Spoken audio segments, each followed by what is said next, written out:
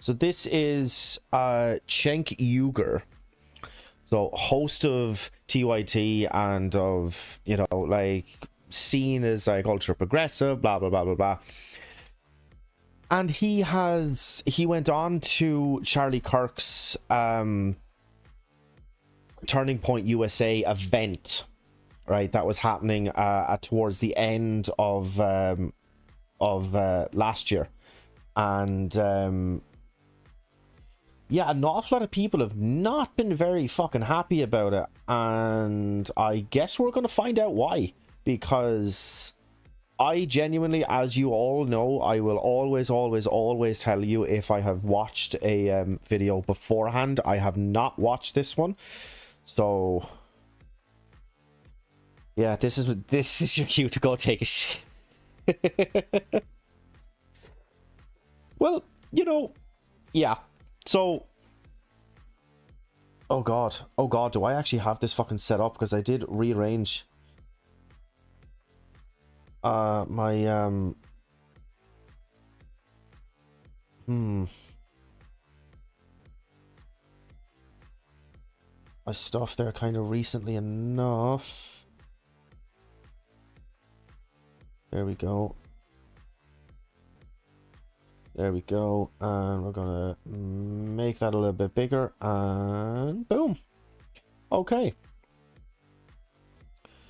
So, yeah, there we go. This is what we're going with. This is what we're talking about. So he sat down with Charlie Kirk, and an awful lot of people have been watching this and stuff like this. It's not Steven's stream without one tech issue. You love to see it. You love to see it. No, it's just because I kind of rejigged an awful lot of the stuff, and I'm going to be totally honest with you, I didn't fucking I didn't test everything before I went live. So yeah, there we go.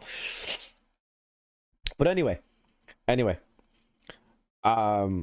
I mean, like, let's just find out what all the fucking fuss is about, and find out what all the, you know, why people are so, not necessarily mad, but are talking about this quite a lot. Some confusion of these divides of right versus left, populist versus corporatist. I guess a good opening would be, as a man in the progressive movement, as one of the leaders of the progressive movement, what do you make of this last year, the state of the Democrat Party, and kind of American politics from the more progressive left perspective? Yeah. So, first of all, I'm proud to represent the left flank of the populist movement, and I think we need both flanks, so I'm happy to have this conversation. In terms of what has gone wrong in the Democratic Party, it's the same thing that went wrong in the Republican Party, but I do have to give you guys credit for a revolution well done.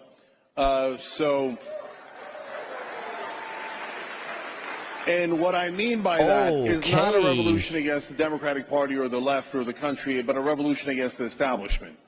So, in what universe is Trump not the establishment? In what fucking universe is he? Oh my good God, we are off to a very bad start. I knew you guys were for real in fighting against the establishment when I started going on right-wing shows and I would say something negative about Mitch McConnell. And when I did that in the past, what I would get back is, oh, no, Mitch McConnell's great. Pelosi's terrible, but Mitch McConnell's great. Let's do that here. What do you guys think of Mitch McConnell? All right. Yes, I love that. So, look, for my left-wing friends that are watching out there, they just booed Mitch McConnell.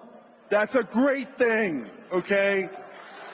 And yeah, but why did they boo Mitch McConnell, though? That seems like it should be important. Why did they boo him? Did they boo him because, you know, he's gone against Trump and he's spoken out against him and he's not exactly been overly nice to him? Or did they boo him because, you know, he's a fucking war hawk, he's ancient, he's been in politics for like the vast majority of his life. He was the head of the Senate that was purposefully blocking bills that would have helped the average everyday American with countless bills. He has literally stopped them from voting on them. I mean, like, is that why they were booing him, or just because he went against Daddy Trump? Like, it's not just that they're booing him. You have to find out, you have to ask why they are booing him. Let's do one more. What do you guys think about Dick Cheney? My left-wing friends out there, we have been waiting for the right-wing populists to boo Mitch McConnell and Dick Cheney our whole lives. Take the win. Take the win. Now, what we need to do in the Democratic Party is we need to do likewise. We need to have a revolt against the Joe Bidens, the Kamala Harrises, and the Nancy Pelosi's. And the Hillary Clintons, and now all of a sudden the Dick Cheneys. What are they doing on our side? Are you guys nuts? Right? Jesus Christ. Just as a slight point of order, Matthew, can you just confirm to me that the audio from the video is coming through okay? It's coming through on my end. It's just out of this, it's like just out of one side of my headphones. It's not actually even playing through the other side. I have downgraded it to mono and the 2 light bars lighting up, so it should be okay. I just want to confirm that.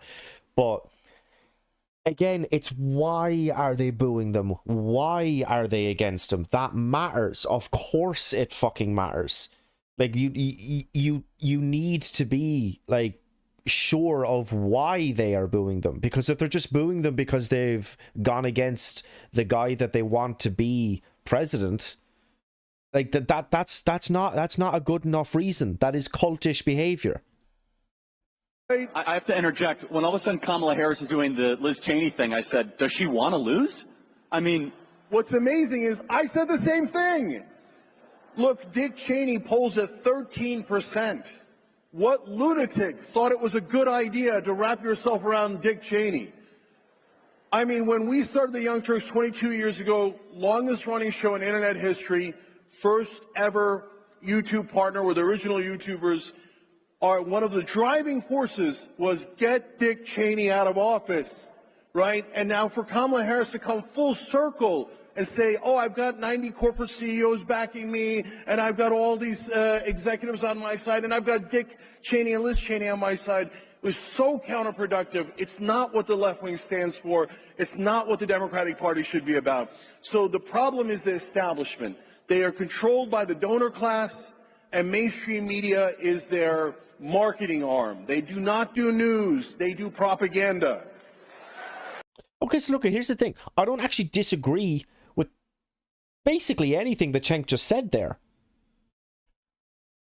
And you just barely heard the audience kind of start to kind of cheer and to applaud him. But the thing about it is, it's weird because he's speaking in English to an English-speaking audience. They understood what he said, but they're still talking past each other because they understood the words that Cenk said, but he didn't. But I almost guarantee you, if he was to fully flesh out that thought, if he was to fully flesh out that argument, and to say why the left is against the likes of Dick Cheney and Liz Cheney and all of the other people that he has mentioned, I guarantee you not one of them would fucking agree with them. That is the problem.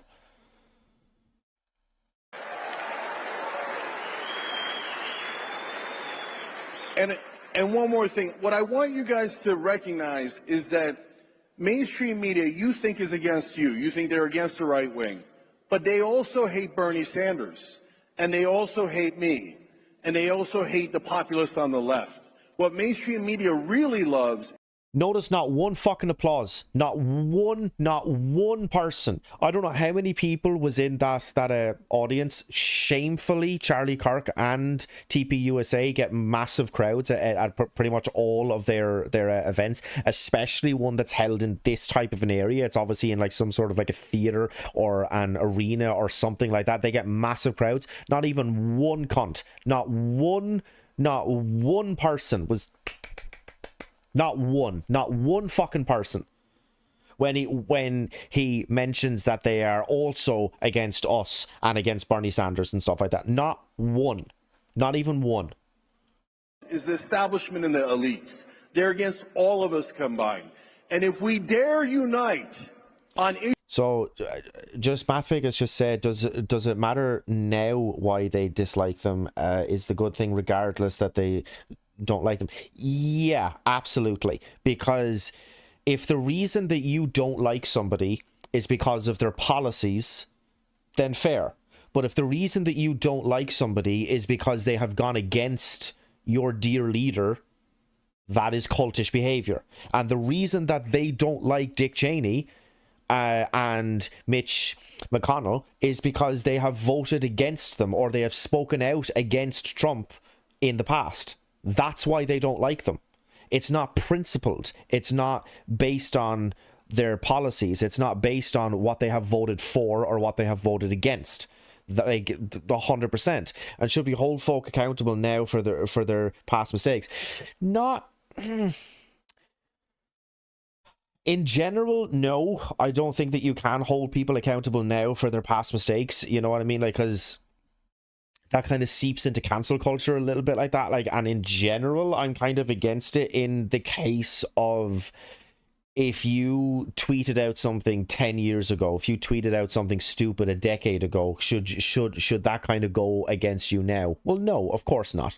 Because, like none of us are the same person that we were a decade ago. I'm definitely not the same person, and it's not just in like age or maturity or anything else, but in the things, in our opinions, in things that we thought. I'm not the same person that I was a decade ago. So no, I mean, like, yeah, that's just kind of silly. But I mean, like, should we hold folk back accountable now for the past mistakes? It depends. If they are repeating now the same mistakes that they have done in the past, then you can hold them accountable to stuff that they are doing now, and not even necessarily. It can build a better argument if they have done it in the past, but not, you know. So you have a different problem with the right now, but some goals will align. I take that as a win.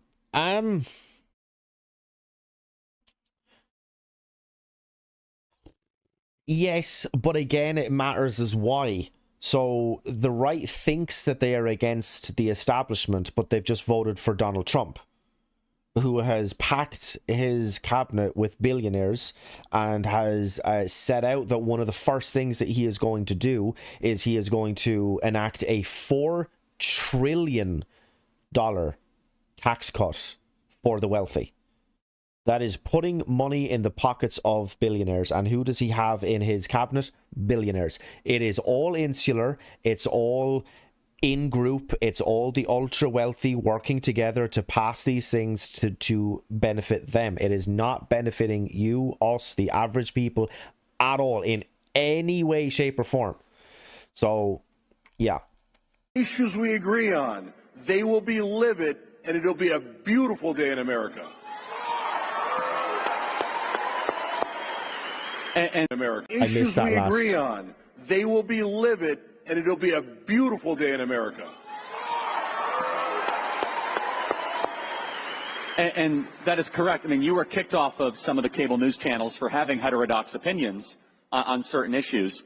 So let's kind of look at the last couple of years. We can go back to the Bernie Sanders thing. Explain to us, why is it that right-wing revolution was successful, and the Bernie Sanders with 2 attempts actually won the primary in 2016, and he had it stolen. Again, stolen election talk can be a little controversial. They stole it from Bernie Sanders in 2016. Why was that revolution not successful? Yeah, I think it was because Donald Trump was a celebrity and they didn't take him seriously. But the thing about it was, though, I disagree with what Charlie said there. The Bernie Sanders revolution was successful. It was successful. It's just that the corporation behind him, the DNC, then stepped in and stole it from him twice. So one man is not more powerful, does not hold more influence than the organization that is backing or that he is representing in order to become president. He is not more powerful than that organization. That's the problem. His revolution was absolutely successful. Are you kidding me? There are so many more people now who are talking about politics, who are into politics, who are talking about, you know, why don't we have Medicare for all? Why don't we have paid family leave? Why don't we have like dental care and like your mental health care, i.e. kind of going to a counselor or a therapist or etc., etc. Why don't we have that kind of bundled into healthcare now as even a starting point? There are so many more people talking about that now. To say that his stance, that his kind of presence wasn't a revolution, I completely disagree with that. But let's hear what Cenk was going to say. So they made the mistake of giving him mainstream media coverage. And so they thought, and if you remember, Bill Clinton had this brilliant idea, we'll encourage Donald Trump to run on the Republican side and it'll destroy the Republican Party. How'd that work out for you, Bill? And so I remember saying at the time, no, don't do that. Don't do that. Because what I sensed was you need a non-politician to lead the revolt. So, because all the politicians, and right now they're having a conversation on the Democratic side about 2028, and the only people they mention are politicians. And my answer to that is, hell no, okay? Because the politicians are used to the corruption. They grew up in the corruption. They like the corruption. They got their power through the corruption. So I don't want that. I don't need that. And so when Trump came on, they gave him coverage. And here's when look, some people think that things changed after the election. No, I've been saying this from day one. And so back in 2016, actually 2015, after I think it was the second debate, when Trump was on stage and he said, I gave all these guys money and they did exactly what I wanted. At that point, everyone on earth, certainly in the establishment and mainstream media, says he has no chance of winning, none. I went on the Young Turks and I said, he's going to win the Republican primary. Okay, because people hate corruption and they know it in their bones. Okay, now we will disagree on. I was just going to say, to be maybe a little bit more fair to him, and just kind of, I haven't seen this, so I don't know what he's going to say next. To be more than kind of fair to him, he might go on to kind of say basically what I'm going to say. Yes, it is true that people, by and large, like across the board, across kind of party lines, don't like corruption. Trump is the most corrupt president that there's ever fucking been.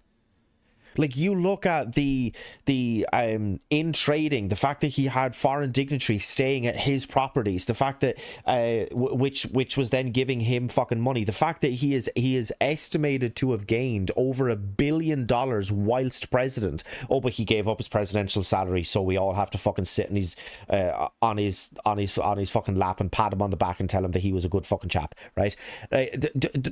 Like.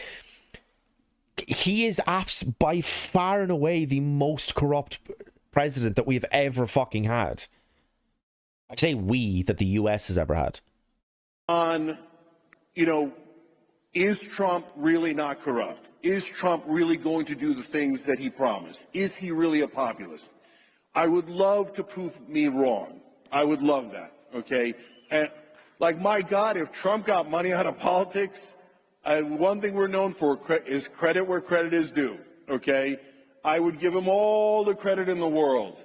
We're not there yet. We're not close to there yet. So when we get into the issues, hey, how about, and remember, guys, you also have donors. Beware of the donors. Don't forget that, and don't let your guard down, okay? But so on the... I mean, I definitely would, like, he said it, but he definitely didn't use the type of he could have said that Trump is definitely like corrupt now and then gone on to give a few examples of how he is corrupt, but you know, hopefully with the benefit of the doubt, not benefit of like a second term, like maybe that could be different. That's maybe how he could have said it.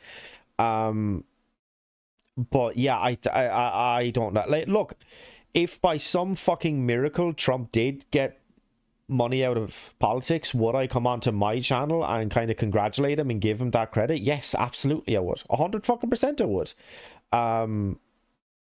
Do I see that as likely or as going to happen? No, not in any way, shape or form, but we'll see.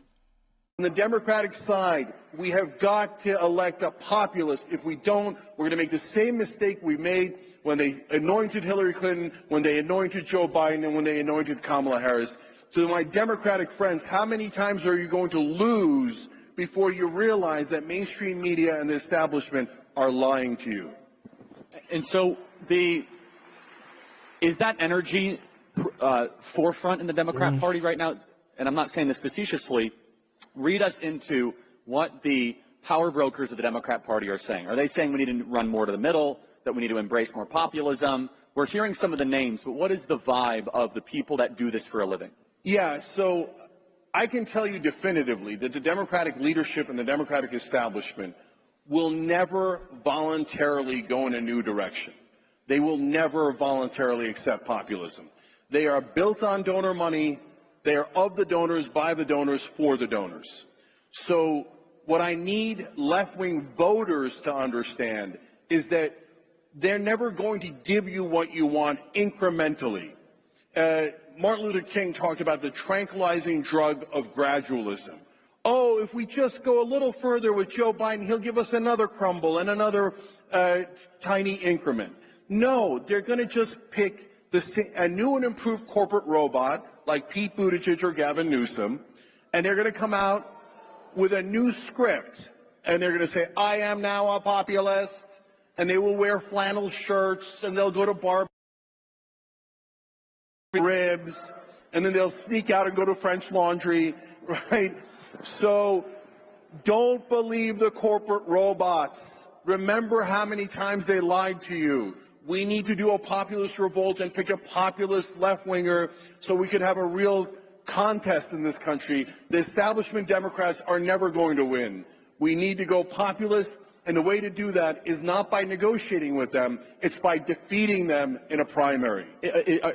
Okay, so again, I don't have too much disagreement with what Cenk said there. The only thing that I would have said is I would have asked for an example of who that is. So who would he like? So he talked about somebody who is truly a populist, who is going to fight for, you know, all of these kind of left wing ideas.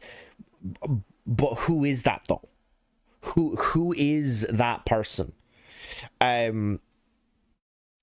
You know, I mean, ideally, realistically, probably 2020 was Bernie's last chance of kind of successfully making it to president. The man is like 100 years old now, so he's just far too old to run in 2028.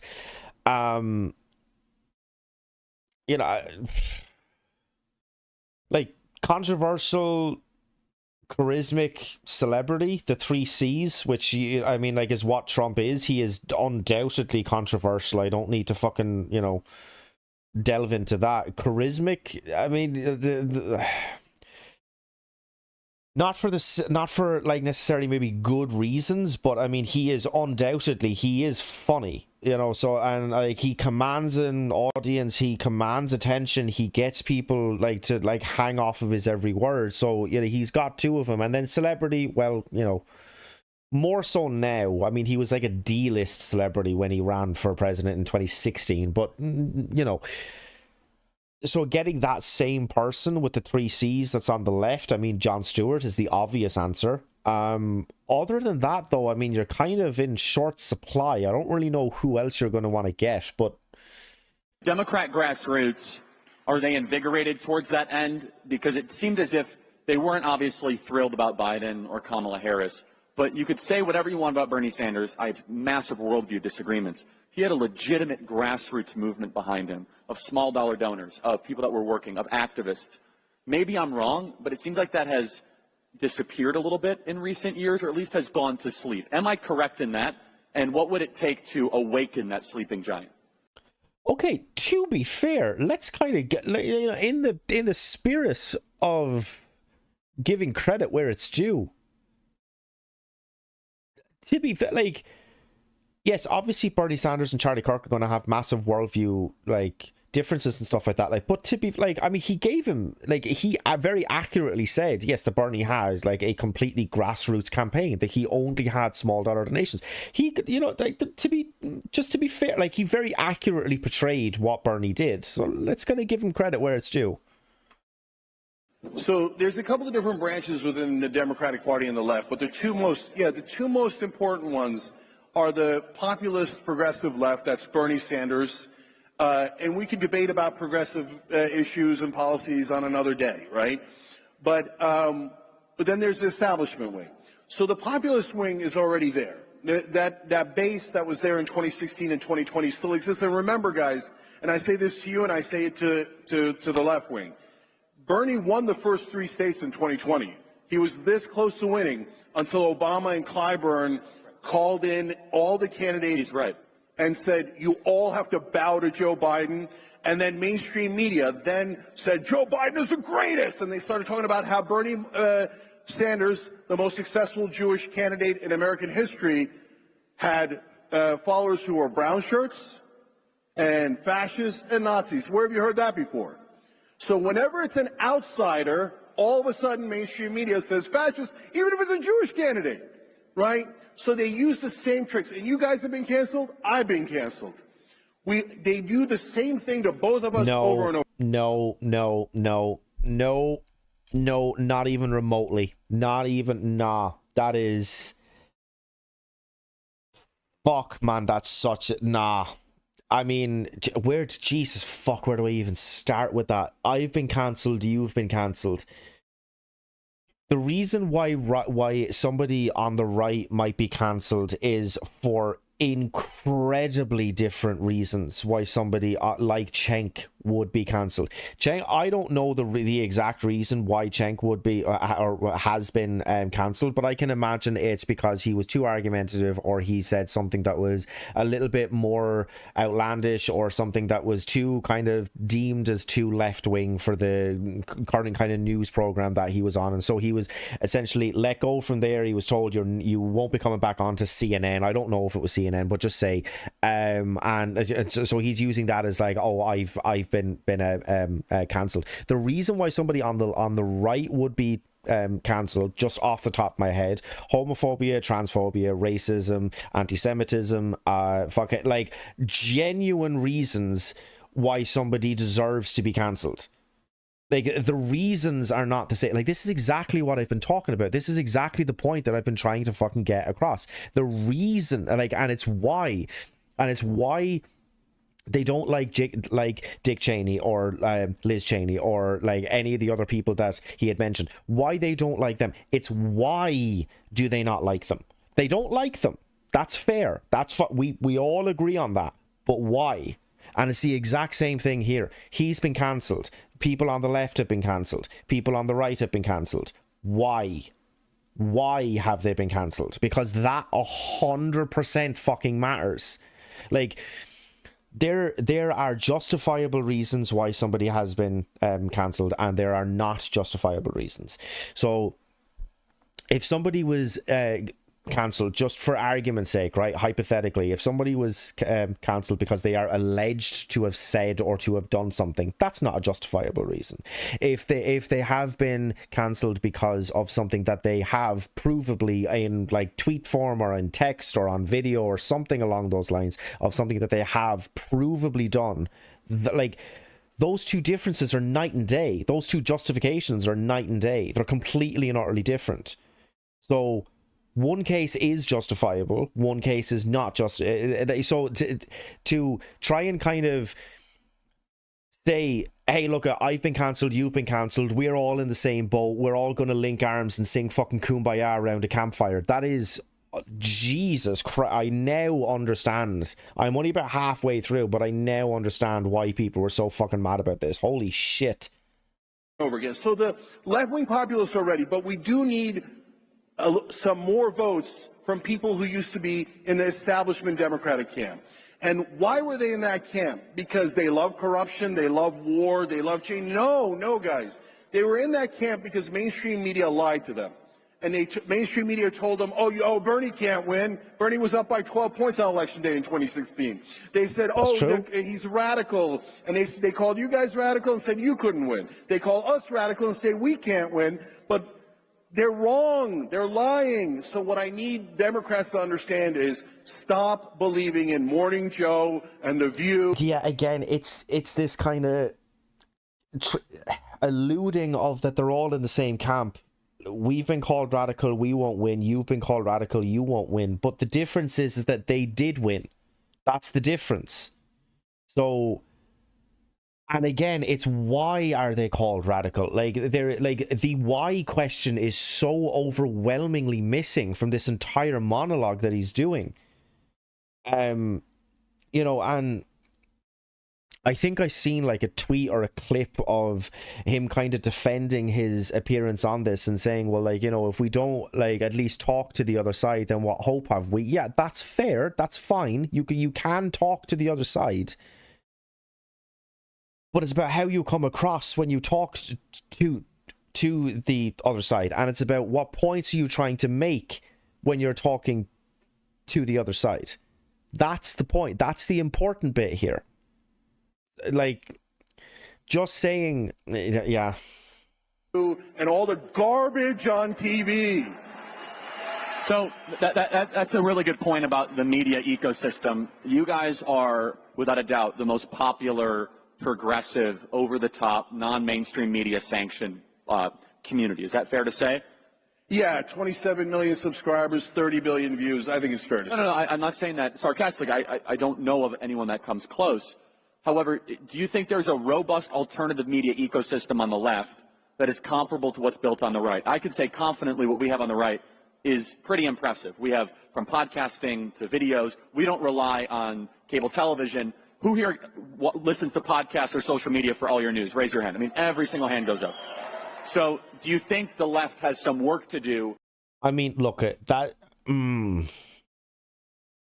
Am I kind of shooting myself in the foot by arguing against that point? Kind of. I would say that it is not necessarily a bad thing if you get your news from podcasts or from, strictly only online news sources. That's not necessarily a bad thing. But it matters how they deliver the news. So if I'm covering a story, I will always do what I'm doing now. I will play a video so that it can't be taken out of context. It can't be, I misinterpreted what they said or what they... no, it is there. It is clear, plain as day. It is their own words is what I am responding to. Or if it's not that, I will have whatever source I am using, I will have it up on screen. I will have it blown up so that you, the audience, can read it. And I will kind of follow along with... I'll highlight it as I'm reading. There are ways of doing a podcast to deliver news that can be, it's not just kind of better or worse, is it trustworthy or not? If I was just to come out here and say, so this has happened in the news recently and it's bad and this is why it's bad and it's all just my opinions, that's not... don't take your news sources from anybody who just does that, right? If it's somebody who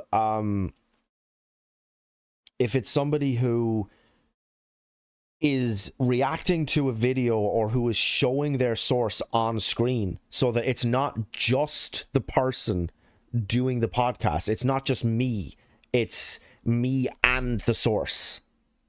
That's it. That's who you can trust, because you can see the source, so you're not just seeing that I'm just going to the first one that actually agrees with me. It's it's a reputable source.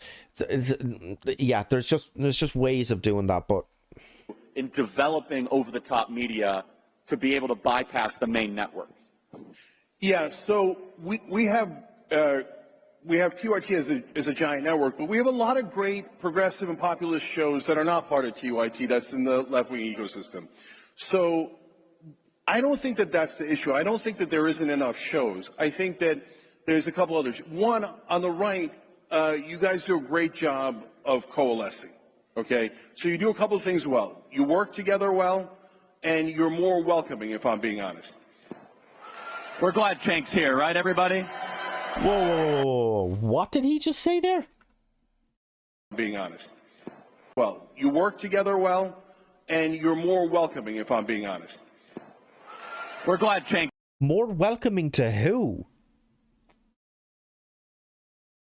Who are you being more welcoming to? You're being more welcoming to what? People who already agree with you? Like, I'm going to maybe kind of just play it again just to kind of maybe see where he's going with this. But off the bat, that's a wacky statement right there. Cenk's here, right, everybody? And a lot of people on the left know this as well. If you agree with MAGA 5%, the answer you get is welcome, right? Come join us, right? On the left, if you disagree 5%, they go, get out of here, you're a right-winger, you're a fascist, right? But if you push enough people out... No, they fucking don't. What are you talking about? No, they don't. Like, no, we absolutely don't. We don't push you out. We don't call you a fucking right wing. We don't call you MAGA if you disagree with us 5%. If you disagree with us on, like, 10 positions, we can talk it out, we can argue it out, we can debate it out, but I know that if I'm arguing with somebody who is nominally on the left, right, or who has some left-wing positions, but I maybe disagree with them on even, 40% of issues. If it came up to a general election between somebody like Bernie Sanders and Donald Trump, I know who they're going to vote for. So I don't have to get them. I don't have to make them agree with me 100% because I know who they're going to vote for. It's about getting the people who disagree with us 95% over to our side. That's what this notion of, like, you know, are you pro-choice? Yes, I'm pro-choice. Are you pro-trans people? Yes, I'm pro-trans people. Are you in favor of gay marriage? Yes, I'm in favor of gay marriage. Are you a vegan? No, I'm not. Get the fuck out. That where does that happen? Like, where does that occur? That, like, it just doesn't. He's just making shit up at this point. And you guys welcome enough people in, eventually you win the popular vote. That's what I warned them about, and that's what happened, right? So, look, I propose simple rules, the 3 rules of the internet. Rule number 1, when we disagree, we fight. There's nothing wrong with that, right? Now, rule number 2 is, afterwards, we must have a beer together, okay? And rule number... Nope. Nope. No. I don't agree with that. I don't. Nope. Not all the time. Not all the time. Not when you are talking about. So only recently I actually said this, and it's not that I regret saying it because I did genuinely mean it. So I had the TikToker Rob on my channel. We streamed and we had a lengthy conversation. The stream was about 4 hours long. We had a really in-depth, long conversation. We covered a lot of different topics and stuff like that. I can absolutely see myself sitting down and having a drink with Rob, even though we fundamentally disagree on some issues. He was nice, he was cordial, it did not get into fucking name-calling or anything else. It was no screaming, no shouting, no fucking anything else like that. There was no animosity. We disagreed, and we very firmly disagreed. Nobody changed their minds, but it was still a good conversation. But the point is, we were civil, and so we can have a conversation. Can you imagine if you were talking with the concept of going and sitting down and having a drink with somebody who was hardline MAGA as a trans person? Can you imagine sitting down and having a drink with somebody who doesn't think that you deserve fundamental basic human rights in the same ways that everybody else does?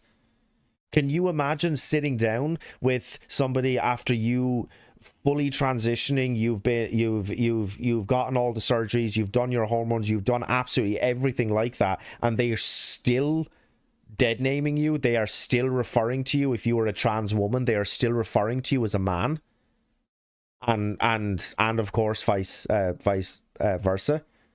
If you were sitting down with them and you were having a drink with them, if you got up to as a trans person, if you got up to pee, would they judge you based on what bathroom you went into, because they don't think that if you're a trans woman you should be going into the woman's bathroom?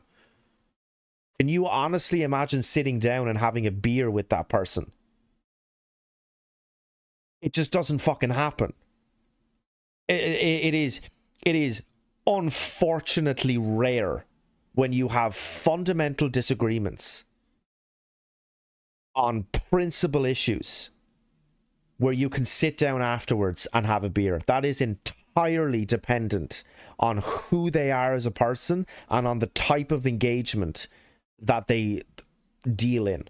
So, as I said, with Rob, we talked about abortion, we talked about religion in general, we talked about some social issues, we talked about drug use. And even though we disagreed on every one of those four things, I can still see myself sitting down and having a pint with Rob, because he's a nice chap. He is a decent human being. I disagree with him fundamentally. But he's a decent human being. If you are a trans person and you are sitting down with a transphobe, from your perspective, they are not a decent human being. And so you would never sit down and have a conversation with them. You would never sit down and be civil in that scenario with them. There's somebody else might view Rob from the stream that I did, or like, you know, from any of the TikToks that he's done, or any of the lives or anything else. They might view him as, I would never sit down with him. This is what I'm saying. It is all so subjective. It's my personal experience with them that I would sit down with them. That's not to say that, you know, something might happen now that might fundamentally change that, and I might never sit down with them. But for right now, for my position right now, I would. That's not to say that everybody would, but I would. But a trans person is never going to sit down with somebody who doesn't think that they are a mentally well human being. They would never do that, because what's in it for them? A night of insults and badgery and of slander and insults. I fucking hate this idea. It's possible sometimes, but it's not possible all the time. Ludicrous. 3 is, for God's sake, when we agree, let's unite. So, for the left, that statement in its isolation, I don't disagree with, right? So, if you had somebody like AOC or Bernie or someone like that signed in, that was drafting a bill to legalize single payer healthcare, right? A universal healthcare, socialized medicine. If like that was what the bill was going to do, if it passed, if somebody on the right, if a Republican congressman or senator signed on to that bill, fine, happy days. Yes, let's unite. Let's unite and get something done, get something positive done. But simply just saying let's unite, well, like if we're to just say that everybody just has to unite, well, people on both sides are going to be then dropping fundamental issues that they believe in. And which ones do you drop? And who drops more? No, sorry. We have too much division.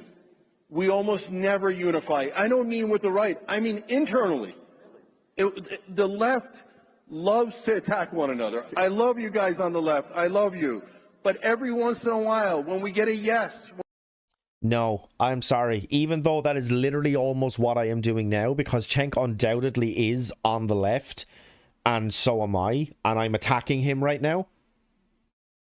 Yes, I am still freaking out. You missed a monologue there, Math Pig.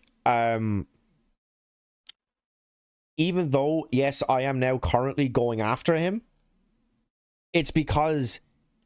It's not because, like, oh, you don't agree with me 100%. It's because you're being fucking stupid right now. That's why that's why I'm going after you. The left does not have this like catastrophic problem where there's just constant infighting. Like, that just doesn't happen. Did he say things I don't like? Yes, he did, and I'm shouting at him for it. When we agree, can we please unite? And the second thing we need is for the old, I'm being honest, and on average, not everyone, of course, but for the older Democratic voters, please turn off your television sets. They're lying to you. They're tricking you. They're trying to get you to vote for corruption. They're trying to get you to vote for policies you don't even want. So if we can do those two things, then we'll be in great shape. So I'm not sure how you'll feel about this, but there is a consensus, not a consensus. There is a belief with some people like Seth Moulton and others that some of the embrace of what we would call wokeism or whatever was a reason why Democrats had a less than desirable election outcome. Do you subscribe to that belief? How do you interpret that when some people say we need to kind of shed away some of the Jesus, more what the fuck is he gonna say to this? elements of the cultural implications of politics outside of economics, like the Seth Moulton belief that where he says the trans stuff hurt us? Yeah, so look, guys, on that stuff, I've been having these debates internally with the left wing. And I explained yesterday, actually, on the Young Turks. He just said, can we fucking unite where we agree? And now he's acknowledged that he's debating people on the left.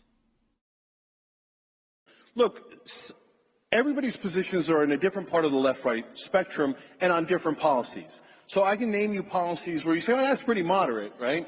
I can name you policies that you're not sure is left or right wing, but that is definitely populist, right? But some of my policies might be called extreme left in America. So, for example, I'm massively in favor of gun control.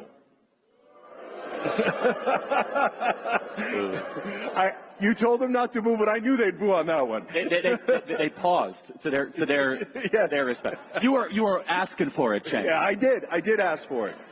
So my point to my left-wing allies is, am I going to emphasize and insist and demand on my gun control policies when we're in the middle of a national election?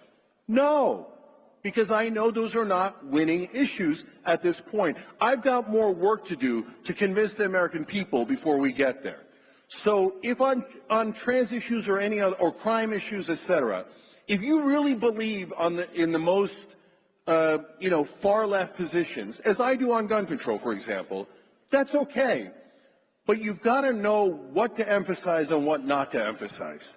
And so if you say, no, I'm going to die on every extreme hill, well, you will. Electorally, politically, you will die on that hill. And then you lose on all of your issues, because it's sometimes a binary game. Certainly elections are. So you got to know what to convince the American people of and what to hold your ground on. And the number one thing to hold your ground on is constitutional rights. So I'm going to do some... Like the Second Amendment. He's so far not answered the question, by the way. But given what he has said, I would kind of like in the sense of, you know, there are certain issues that you will die on the hill of if you keep fucking pushing them. I don't want to be uncharitable to him. I'll wait until his answer fully plays out and then I'll go.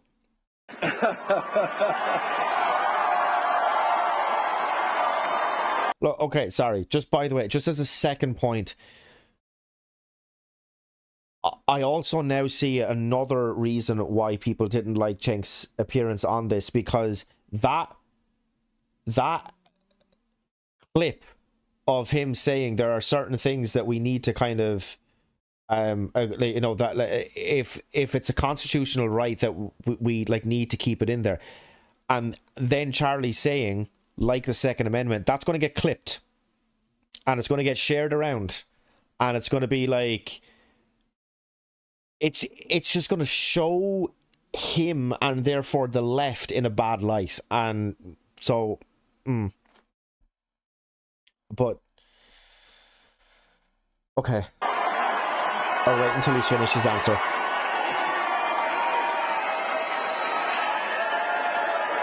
So, no, I know. So, guys, look at that. We totally disagree on that issue, but we just... You were asking for that one. I'm sorry. No problem. No, but look, but that was an important moment, because we totally disagree on that issue, but we just shook hands anyway. And you know what we'll do afterwards? We'll have a beer.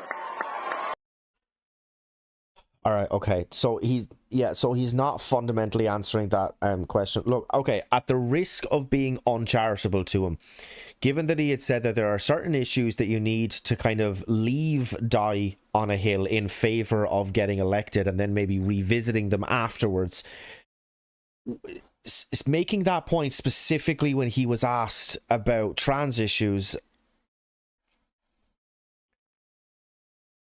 it implies that he is saying that Kamala Harris focused on trans issues, and she absolutely didn't. She didn't bring them up once.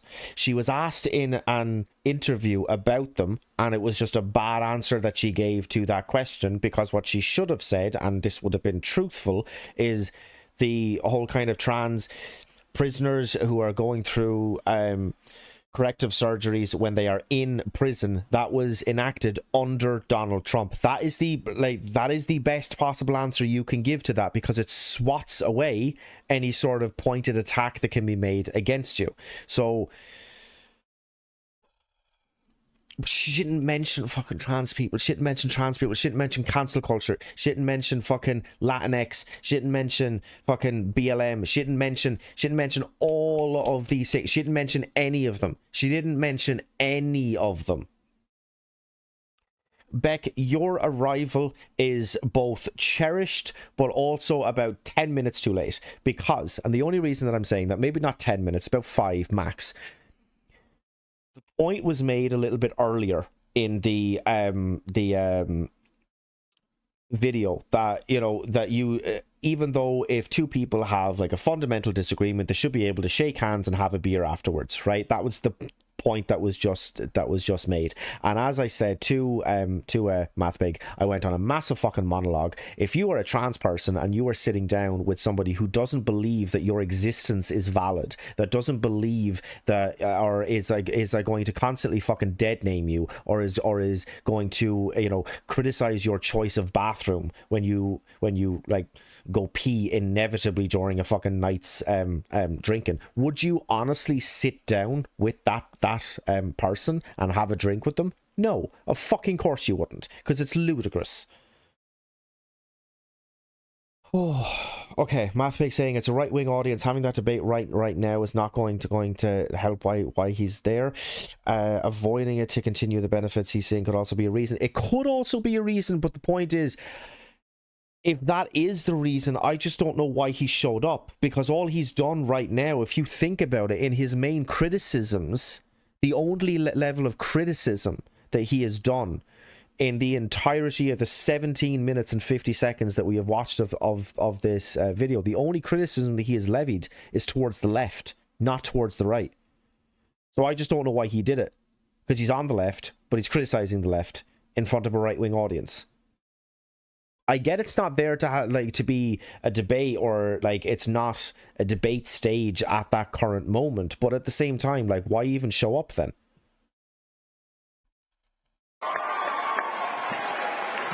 So, you know what it is when you disagree on something and then you fight about it and then you have a beer afterwards? That's called America. So let me see if I can get agreement. And this. I don't know which way this is going to go. Okay. So when we talk about trans issues in terms of sports, I know we have massive disagreements. Okay. And on one of those issues, professional sports, I agree with you guys. On high school sports, I don't. We'll go get into a bloody battle on that. Okay. But I want to ask you guys something.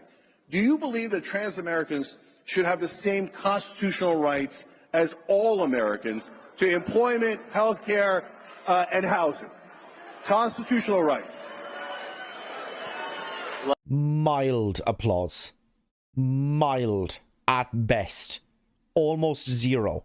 You listen back not even 2 minutes ago on this video when Charlie Kirk said about the fucking Second Amendment, and it was uproar. It was genuine reaction. That was like mild at best. And this is exactly the fucking point that I've been making. A trans person, believe me guys, a trans person is never going to sit down with somebody who is MAGA. They're just never going to do it. Never going to do it. Do you want me to translate? Well, there is no constitutional right to housing. Okay, so I hear you. What I got out of that, guys... I'm just trying to be the interpreter. Yeah. No, there was a lot of applause and there was some consternation, right? I'll take it. It's a start. So, guys, when we can even disagree about what's constitutional, Second Amendment, housing, etc. But just let's treat everyone as Americans. And I say that to the right and I say it to the left. For sure. So we're going to go a little overtime because I know the boss here. And there's two things. I want to ask about free speech, and then I want to try to say, can we get one or two action items that this community can get behind in this new Congress and this presidency that are populist that maybe we can push for and advocate for? Now, I want to try to maybe see if we could brainstorm that together. Number one, the first on free speech. Do you think that the left, and you are an exception, is ready to embrace a robust, spirited culture of freedom of speech where disagreement is welcome, where you're able to have these kind of dialogues and forums? And I think it's a tragedy, it seems to be, that more the right is willing to do it. Prove me wrong if that really is the case. Yeah, I'm trying to remind the left of who we are, because the left is supposed to be for freedom of speech. The left needs freedom. If you're gay or you're trans or you're Muslim or you're someone that was otherized at some point in your life, you need freedom more than anyone else does. You need equality more than anyone else does. You need justice more than anyone else does. So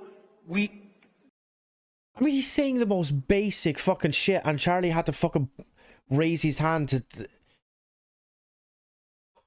But again, he's only attacking the fucking left. I just have no idea why he went on here. I just cannot wrap... I can't wrap my head around it. I just really can't. If you want those things, you've got to reciprocate. So you've got to not... I want you guys to not assume that we hate you or that we're evil or that we're bad. But if we're going to do that, the left wing has to do the same. They have to assume that you're not evil, that you don't hate them, and you're not all of these things. So I know from time to time we'll still get back into the battles and we'll still call each other names, right? But overall, if we can begin to not hate each other, and so when we disagree, let's try two more real quick here. When we disagree, can we agree to not hate each other? All right, excellent. And when we have these fights, to Charlie's point, can we, for the first time in my lifetime, begin to actually listen to one another? And Charlie, I'll give you credit on this, because one of the turning points, if you will, in how I started to view the right wing is when you came on the Young Turks at the RNC, and we started talking about banning private equity from buying residential real estate. Which I totally agree with. That the young people in this audience should not have to compete against BlackRock to be able to own a home. Do you guys agree?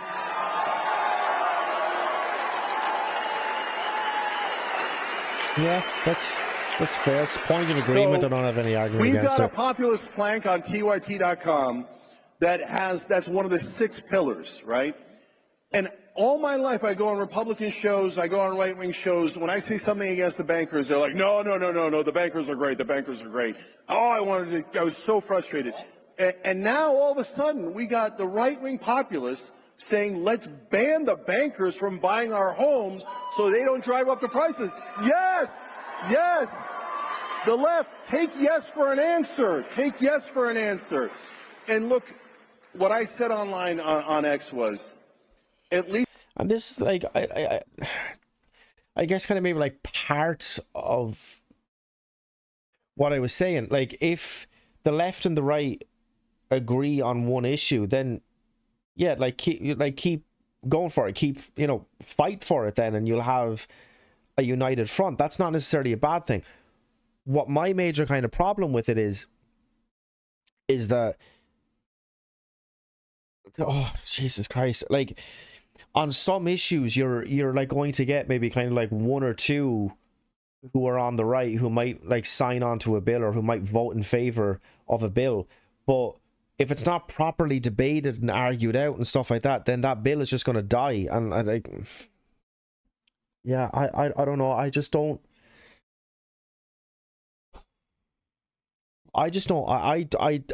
genuinely, I just don't understand why he went on to this show, why he went on there. I just don't understand it. And considering that the only group that he has attacked is the left, I just don't get it. Like, I'm not saying that it would be a better thing to do than to go into the lion's den of the right wing and attack the right wing, because that's not going to work out very well for you. It's going to go into a debate very, very quickly. You're going to get the audience doing absolutely nothing but booing. But at the same time, like, there is a way of doing this that is, as Mathpig and as Beck, who has been saying in the live chat, is getting people to at least listen to you, and the baby steps and the smaller bits. You're not going to do that attacking the right, because they already are. Cenk is not going to do that attacking the left, because they already agree with all of the things that he is saying when he is attacking the left. They already agree with you. You're preaching to the choir. So I just... There's a way of doing it that I agree with. It's not just that. There's a way of doing it that is productive, and there's a way of doing it that is not just kind of pandering to the people that you fundamentally that you fundamentally disagree with, and that like you would never vote for their candidates. There is a way of doing that where you can get people to listen to you, and where you can have like little bits of disagreement, but there is a conversation to be had. But going out there and just saying things that they already agree with so that they applaud you, so that you feel better, that's just like, what did he... Okay, so here's the thing. So Mathbig, you obviously kind of... And I'm not attacking you, of course I'm not, and like, you know me and stuff like that, but given that you have kind of seen, maybe not all, but a good chunk of what he has kind of done here, what has he accomplished? Like, what has he done in terms of kind of getting people onto his side? What has he done? What's been the benefit? At least what we got out of this election is we're no longer in an establishment prison. Now we're in the populist woods, right? And if you say, yeah, but we're going to fight in the populist woods, yes, but at least we're all human out here. We defeated the corporate robots, and we've got more fights with the corporate robots to come. But out here in the woods, when I see you guys, I don't hate you anymore, right?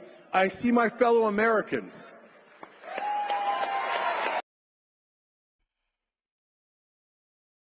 Oh, I don't know, man.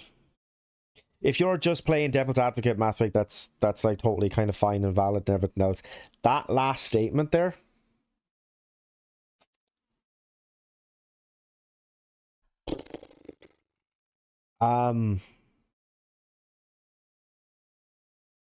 I'm going to predict that within 5 years, Cenk is going to have a turn to the right in the same way that Anna Kasparian has, in that she is left the left and she's kind of more so like centrist or independent now, or any of these sort of things. I think that I just kind of just based on the feel that I've got, not only just in that last statement, but in the entirety of this video so far, I think that's coming. I think it's coming. And so in these populist woods, we'll sometimes have skirmishes, sometimes we'll have battles. But the main thing I'm trying to drive with the 6 points of the populist plank: higher wages for Americans, time off for moms after they have a baby, anti-corruption, totally anti-war. The reason audit the Pentagon. Oh yes. So the reason I picked those is not because they're the most left-wing positions, because those are the positions we all. He mentioned about anti-war, though. Trump is completely and utterly pro-war. I mean, Jesus Christ! Like there.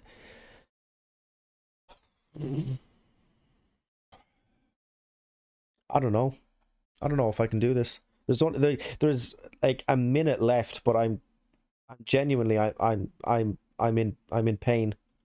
All agree on, right?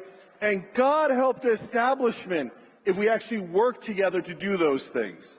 And finally, to the heart of your question, Charlie, Becca's just said something, and yeah. See how we're all the same, but we're not all the same, though. That's the point. We're not all the same. We not only have fundamental. We not only disagree fundamentally on these like basic issues, but we are just absolutely not fucking same. We are not the same. We're just not. This is just insanity. I'm genuinely predicting within the next 5 years that he's going to have a shift. Maybe not to the right in the same sense as like Charlie Kirk is currently on, but I definitely think that he is going to have a shift from left way closer to center, if not definitely right leaning on some things. Genuinely. Proposed on X. Cut the Pentagon, make sure the generals cannot work for the military-industrial complex afterwards, and free Edward Snowden. I agree. So it's beautiful that we have populist agreement on the right and the left on those issues. So I'm asking you guys, let's make those a reality, because right now, a lot of my friends on the left don't believe you. They think, no, they can't possibly be telling the truth, right? No way they're going to cut the Pentagon. No way they're going to have a conflict of interest rule for the generals. No way they're going to do any of this, right? Prove them wrong. Prove them that you are actual populists, that you do mean it, and that we can work together to get those things done. Cenk, thank you so much. Guys, that was great. Yeah, no, look, I mean, there would be absolutely pretty much no kind of benefit in kind of delving into that a little bit more. I've kind of pretty much said everything. I've said it about 5 times now. I don't know why he went on to this. I don't know what his goal was in kind of doing it. I don't have any sort of idea or iota or anything. I have no notion of why he did that. But look, it's done now, and there it is, and everything else. Yeah, I don't know, Beck. I don't know. I mean, I suppose it is technically possible that he might be pandering for votes, or he's working on votes for the next US election. I suppose it's definitely possible. MathPig predicts that in 5 years that I'm going to change sides. That's not going to happen unless I smoke half of my brain cells away, which is not going to happen now because I haven't smoked since June. So, you know, listen, yeah, I don't fucking know, man. I genuinely, look, the benefit, I guess, now is that I fully understand why people were so fucking mad at Cenk for going on this and doing this, and why there was so much kind of controversy around it and stuff like that. But, oh, fuck, man. Yeah, Ooh. I don't know. Jesus Christ. Right, look, oh my god, yeah, I've been streaming fucking 2.5 hours. I'm gonna